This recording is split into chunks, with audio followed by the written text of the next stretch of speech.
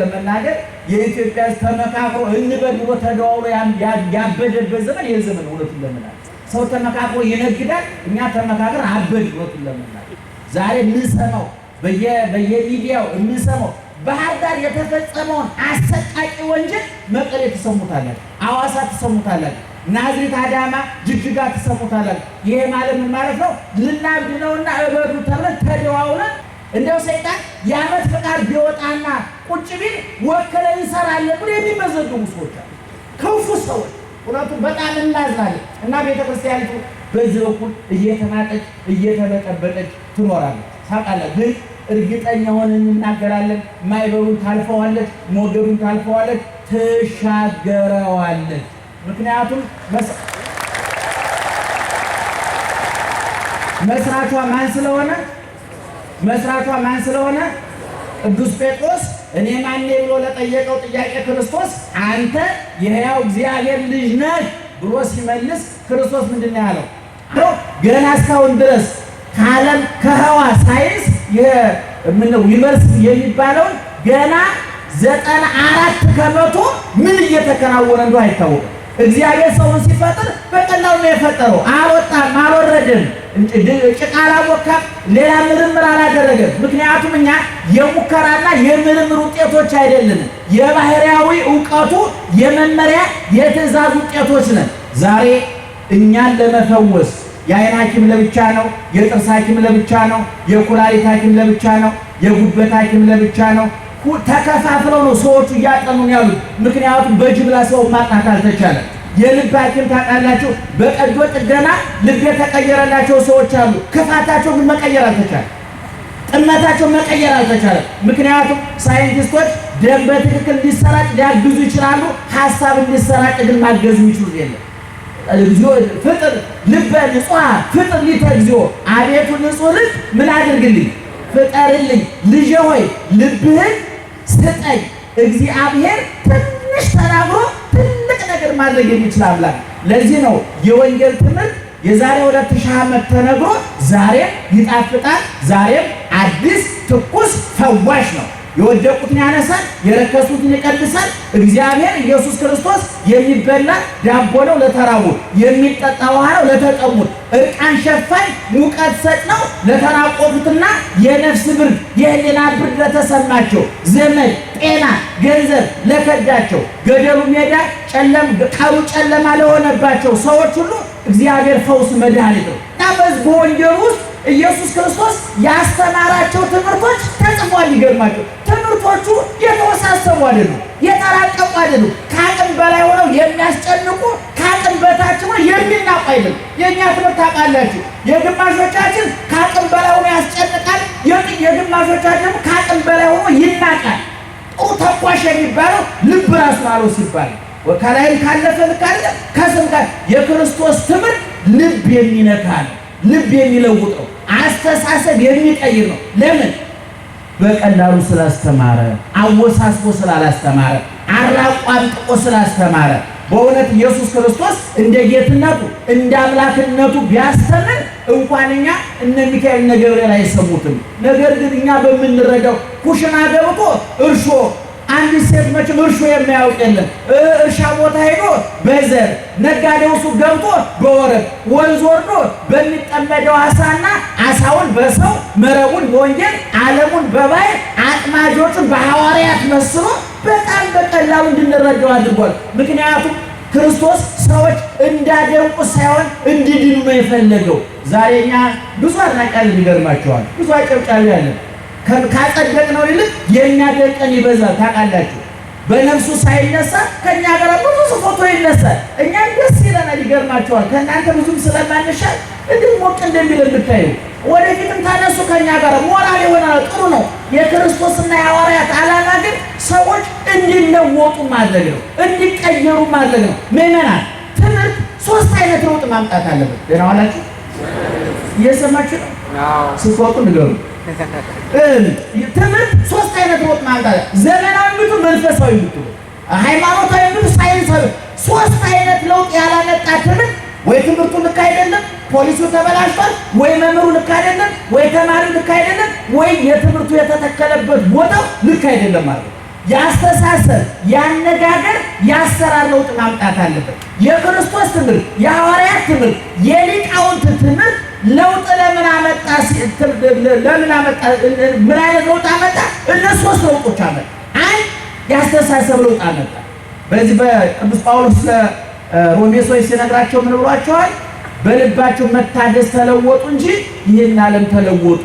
አንድ ሰው ልቡ ጠማማ ልብ ይዞ መጥቶ እንደተጣመመ ከተመለሰ እውነቱን ለመናገር ትምህርቱ ከሽፏል ማለት ነው። ጦረኛ ምላስ ይዛ መጣ። ጦረኛ ምላስ ይዛ ከተመለሰች ምላሷን ሳልቦርሽ የሸኘና ነው ሴትዮዋ። አሰራሩ ካልተቀየረ ትናንትና ሲሰርቅ የነበረው ሰውዬ ዛሬም ከሰረቀ ትምህርቱ ከሽፏል ማለት ነው። ዘመናዊ ትምህርታችን ታውቁታላችሁ። ዛሬ 50 ዩኒቨርሲቲዎች አሉን። 50ዎቹ ዩኒቨርሲቲዎች ሁሉ ሞፈር ቀንበር ከመጠብ ሊገላግሉን አልቻሉም። በበሬ ከማረስ ሊገላግሉን አልቻሉም። ዛሬም የምንጭነው ባህያ ነው። ዛሬም የምናርሰው በበሬ ነው። ዛሬም የምናርሰው በሞፈር ቀንበር ነው። ዛሬ ይገርማቸዋል።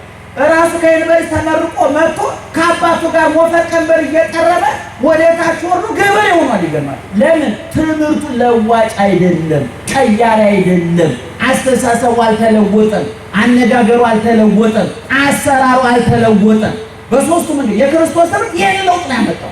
ምን ታለ የሐዋርያት ትምህርት ይህን ለውጥ ነው ያመጣው። እነ ቅዱስ ጴጥሮስ ካስተማሩ በኋላ ምን ታንግበል ምን እናድርግ ብለዋቸዋል። እኛ ዛሬ ምን እናድርግ የሚል ለውጥ አላመጣንም እንዴ? እናንተ እኮ ስታስተምሩ ይላል ጌታ እባቡን በእጃችሁ ብትነኩት ምንም አያደርጋችሁም ማለት። እኛ ግን ዛሬ ራሳችን እባብ ስለሆን እባቡ እኛን የሚይዘን የሚመስል ይሆኑት ለመናገር ተቀይረን ተለውጠን። ስለዚህ የክርስቶስን ለዋጭ ነውና ዛሬ ዘመነ ስብከት ይባላል ብያችኋለሁ። በዚህ ጊዜ ኢየሱስ ክርስቶስ ሰው ሆኖ የሰራው ስራ አንድ ሰው መምረጥ የመጀመሪያ ስራው ሐዋርያትን በቆሮንቶስ በ40 ቀን ጾሞ ከወጣው በኋላ የመጀመሪያ ስራው ሰው ነው የመረጠ ሐዋርያትን ነው የመረጣቸው። እነዚህ የመረጣቸው ሐዋርያት ዓለም ከሚንቀው የሥራ መስክ ትኩረት ከማይሰጠው የሥራ መስክ የተመረጡ ናቸው። እንዲያውም ሊቃውንት ሲተረጉሙ ምን ይላሉ? ከአምስት አይነት ወገን መርጧቸዋል ሐዋርያትን ይላል። ከስንት ነገር አውቋቸው? አቤት ከአምስት አገር ወገን መርጧቸው። መጀመሪያ ከመስተገብራን ከገበሬው መካከል የተመረጡ አሉ፣ እንደነ በርተሎሜዎስ አይነት።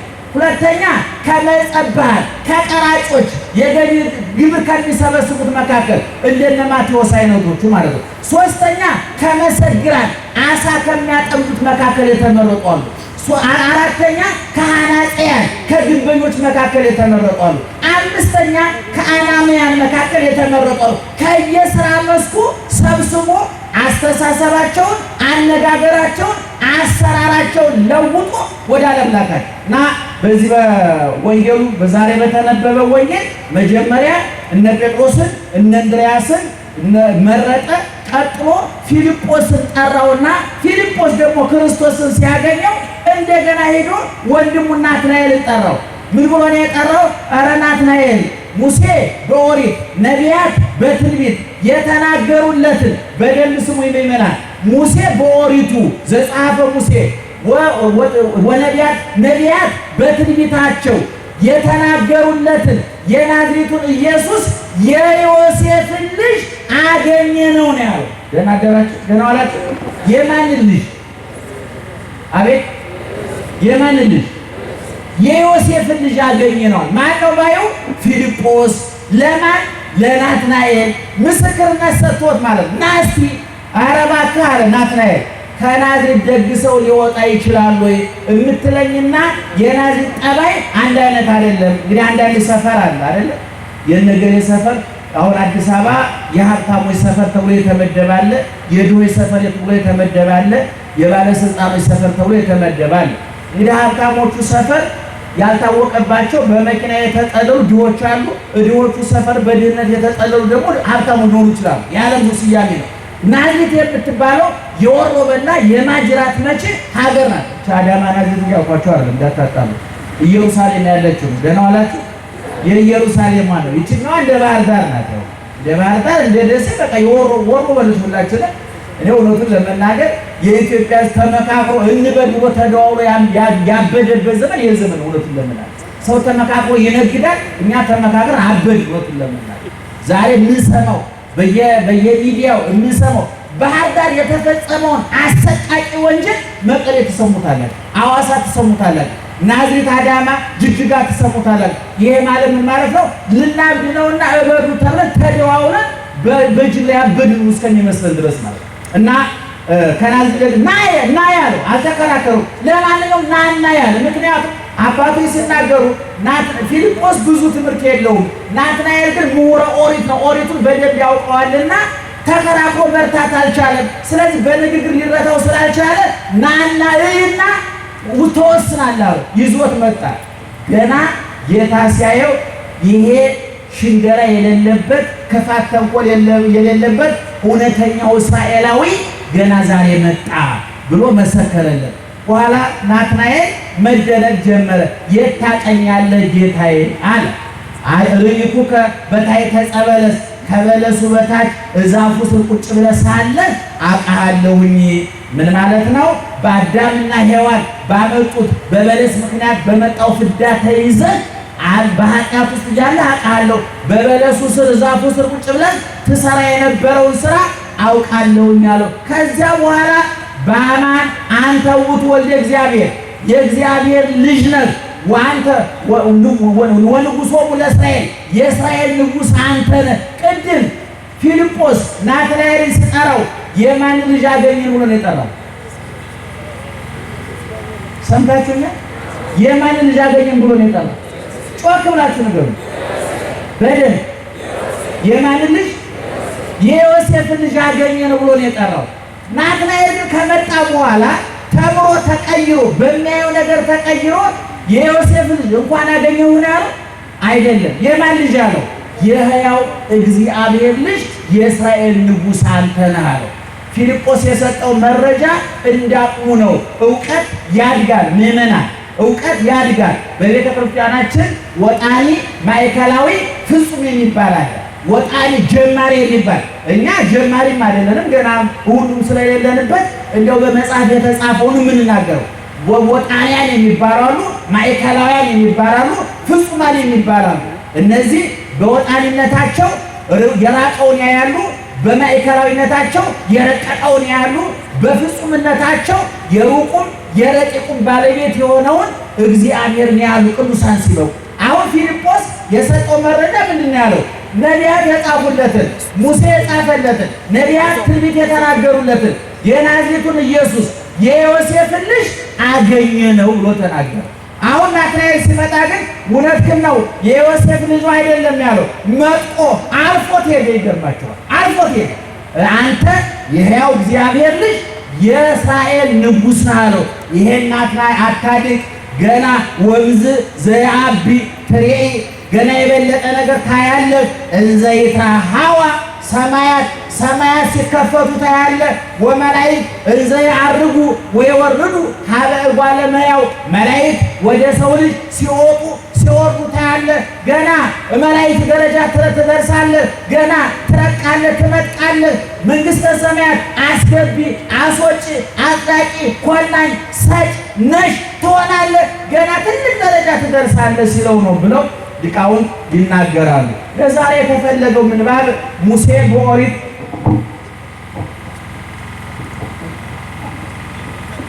የነዋላችሁ የሆነ ነገር አደረገብ እንግዲህ የሆነ ጥሩ ነገር ሳይሆን አይቀርም ማለት ጫን ነው። ዛሬ ቀራጩ ስለሆነ የነዋላችሁ።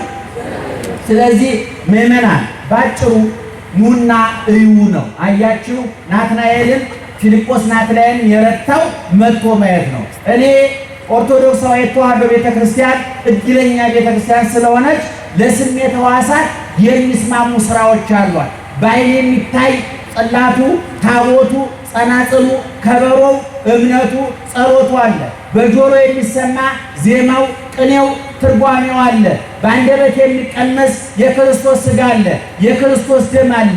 የሚለበስ ጸጋ መንፈስ ቅዱስ አለ። ሁሉ የተትረፈረፈላት የተሟላላት ቤተክርስቲያን ናት። ነገር ግን ይህች ቤተክርስቲያን በየዘመኑ ፈተና ይበዛባታል። በየዘመኑ ማይበሩ ወጀቡ ከአራት ወገን ይመጣባታል ብዬ አምናለሁ። የመጀመሪያ ፈተናዎቿ ራሳቸው ልጆቿ ናቸው። ራሳቸው ልጆቿ ናቸው። ከውስጥ ወደ ውጭ የሚገፏል፣ ከውጭ ወደ ውጭ የሚገፏል። በእናትነቷ ከማህፀኗ ተወልደው እንደው እውነቱን ለመናገር አሁን እየበጠበጡን እየረበሹን የመጡት ከውጭ የመጡት ጠላቶቹ አይደለም። ከሌላ ቦታ ከውስጥ የመጡት ከአፈር ከትቢያ አንስታ ልብስ ነው። የነፍሱን ተውት፣ የጽድቁን ተውት፣ የመንግሥተ ሰማያቱን ተውት፣ የጸጋውን ተውት፣ በሃይማኖት ስለሚገኘው ልጅነት ተውት። በስጋዊ ኑሯቸው ከትቢያ አንስታ ከአፈር አንስታ እንዴት ዋላችሁ የሚላቸው ሰው ያልነበሩ የሌላቸውን ሰዎች ከባዶነት አንስታ በልተው ጠጥተው ለብሰው እንዲኖሩ ያደረገቻቸው መልሰው በእሷ ላይ ሰቆናቸውን ያነሱ ጣታቸውን የቀሰሩ ምላሳቸውን ያስረዘሙ እርግማን የሚተፉ ልጆች ከውስጥ የመጡባት እነዚህ በየዘመኑ ተነስተዋል። ታውቃላችሁ፣ በክርስቶስ ጉባኤ ሲበጠበጥ የነበረው የክርስቶስ ጉባኤ ከውጭ አይደለም። የዮናስ መርከብ ልሰጥም የነበረው ከውጭ ማይበል በውጭ ከመጣው ማይበል ሞገድ አለ። የውጭን ማይበል ሞገድ ጎትቶ ያመጣው ውስጥ ያለ ዮናስ ነው። ተስተት መርከቡ ሰላም ሆነ። ዛሬ ከቤተ ክርስቲያኑ ተወጥቶ መጣል ያለባችሁ ቆሻሹ ሊኖሩ ይችላል። ከውስጥ ያሉ እርግማን የሆኑ ሰዎች ለመርከቧ መስጠት፣ ለመርከቧ መናወጥ፣ ለሞገዱ ለማይበሉ መነሻው ነው ያገለገሉ ክፉ ሰዎች አሉ። ይሄ እውነቱን ለመናገር ቄሱን ይመለከታል፣ መነኩሴውን ይመለከታል፣ ጳጳሱን ይመለከታል። አንዳንድ ለቤተሰብ ቅርብ ነን ብሎ የሚያምኑ ምዕመናንን ጭምር ይመለከታል። ስለዚህ የመጀመሪያው የቤተክርስቲያን ጠላቶቿ ራሷ ልጆቿ፣ ሁለተኛ ፖለቲከኞቹ ናቸው። በየዘመኑ የኢትዮጵያ ቤተክርስቲያን በፖለቲካ ስትፈተኑራለች። በንጉሱ ዘመን ብትሉ በቀጥሎ በመጣው በጠቅላላው ምን ገሌ ከገሌ ያሰኝ ደህና ዋላችሁ። አቤት እናንተ አውቁበታል። የኢትዮጵያ ሕዝብ ሌላው እየነደደ ዳቦ መጋገር የሚፈልግ በገጠር ምን ይባላል? ሰነፍ ሴት ታውቁታላችሁ መቼም እዛ ሀገር አለ። ሰነፍ ሴት ምጣድ አትጥድም ይባላል። በቅል ነገር ሊጧን ትይዝና የሰማ ምጣድ ትፈልጋለች። እንትናዬ ዛሬ ምጣድ ታሰሚያለች። አዎ እንደው አንድ እንጀራ ሰፋለሁ። በሰማ ምጣድ እንጀራ ጋግራ ትመጣለች። ዛሬ በሰማ የህዝብ ስሜት እንጀራ የሚጋግሩ ስግብግብ ሰነፍ ሰዎች አሉ። የራሳቸው ምጣድ የላቸው ግን እንጀራ ይበላል። የራሳቸው እሳት የላቸው ግን ያነዳሉ። እና ቤተ ክርስቲያን ሁለተኛ ጠላቶቿ በየዘመኑ የሚነሱ ፖለቲከኞች ከግራ ቀኛል። ሶስተኛው ሌሎች ሃይማኖቶች። እኔ ሌሎች ሃይማኖትን እውነቱን ለመናገር ጨዋውን በብዙ 100 ሚሊዮን በዓለም ላይ ብዙ ሙስሊም አለ፣ ብዙ ፕሮቴስታንት አለ። የኢትዮጵያ ቤተክርስቲያን ተስማምታ ለመኖር ችግር የለባት። በ6ኛው መቶ ክፍለ ዘመን ሙስሊም ወንድሞቻችን ሲመጡ ኦርቶዶክሳዊ ተዋሕዶ ቤተክርስቲያን በሯን ከፍታ በእንግድነት ተቀብላ አስተናግዳለች። ፕሮቴስታንቶችም ሲመጡ እንደዚሁ ነው እውነቱን ለመናገር። ነገር ግን ጥቂት እዚህ ግቡ የማይባሉ እምነቱን የማይወክሉ ሰዎች ግን ቤተክርስቲያን ብትዳከም ቤተክርስቲያን ብትጠፋ እንድትጠፋ ቀን ከሌሊት እረፍት የሚሰሩ ሰዎች አሉ። አራተኛ አልጠግባይ ሰዎች፣ ስግብግብ ሰዎች፣ በእሷ እናተርፋለን ብሎ የሚያስቡ ሰዎች አሉ። ገንዘብ እስካገኙ ኪሳቸው እስከሞላ የነፍሳቸው ጉዳይ የማያሳስባቸው፣ ሆዳቸው እስከሞላ የጭንቅላታቸው ጉዳይ የማያሳስባቸው፣ ምድራዊ ፍላጎታቸው ከተሟላ ሰማያዊ ጉዳይ የማያሳስባቸው፣ በልተን እንሙት ለብሰን እንሙት ያሉ እንስሳዊ ጠባይ አውሬያዊ ባህሪ ያላቸው፣ እንደ እንስሳት አመጋገባቸው ከእንስሳት ጠባያቸው ከአራዊት የተወሰደ፣ በክፋታቸው ሰይጣን የሚቀናባቸው እንደው ሰይጣን የዓመት ፈቃድ ቢወጣና ቁጭ ቢል ወከለን እንሰራለን ብሎ የሚመዘግቡ ሰዎች አሉ። ክፉ ሰዎች እውነቱን በጣም እናዝናለን። እና ቤተክርስቲያኒቱ በዚህ በኩል እየተናጠች እየተበጠበጠች ትኖራለች። ታውቃለህ፣ ግን እርግጠኛ ሆነን እንናገራለን። ማይበሩን ታልፈዋለች፣ ሞገዱን ታልፈዋለች፣ ትሻገረዋለች። ምክንያቱም መስራቿ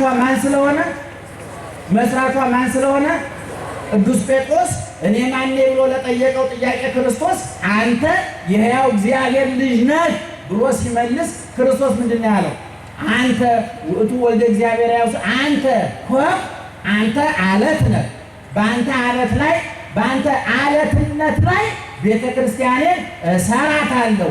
ዋላ ቅጸ ሲኦልኒ እየሄይልዋ የገሃነም ደጆች አያናውጧትም ተብሎ ቃል ተገብቷል።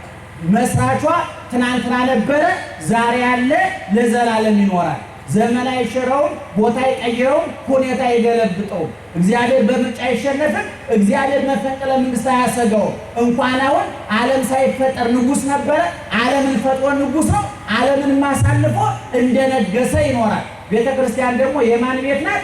የእሱ ቤት ናት። ከዛ ደግሞ ከሱ ቀጥሎ አጥንታቸውን የከሰከሱ ላባቸውን ያፈሰሱ ሁልጊዜ እንደምለው ጀርባቸውን ለጅራፍ አንገታቸውን ለሰይፍ አእምሯቸውን ለመጽሐፍ ሰጥተው አእምሯቸው መጽሐፋዊ አንገታቸውን ለሰይፍ ጀርባቸው ለጅራፍ አንደበታቸው ሆዳቸው ለጾም አንደበታቸው ለጸሎት የባከነ ጊዜ የባከነ ገንዘብ የባከነ አካል የሌላቸው ለክርስቶስ ኑሮ ለክርስቶስ የሞቱ ዛሬም በክብር ያሉ ሕያዋን ከሞት በሕይወት ካለነው ከኛ የተሻሉ ሕያዋን ቅዱሳን አሉ። ጠባቂዎቹ አሉ።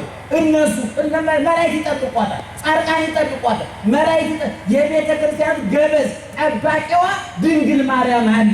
ስለዚህ ማይበሉ ሞገዱ ፈተናው ብዙ ነው ወይ? አዎ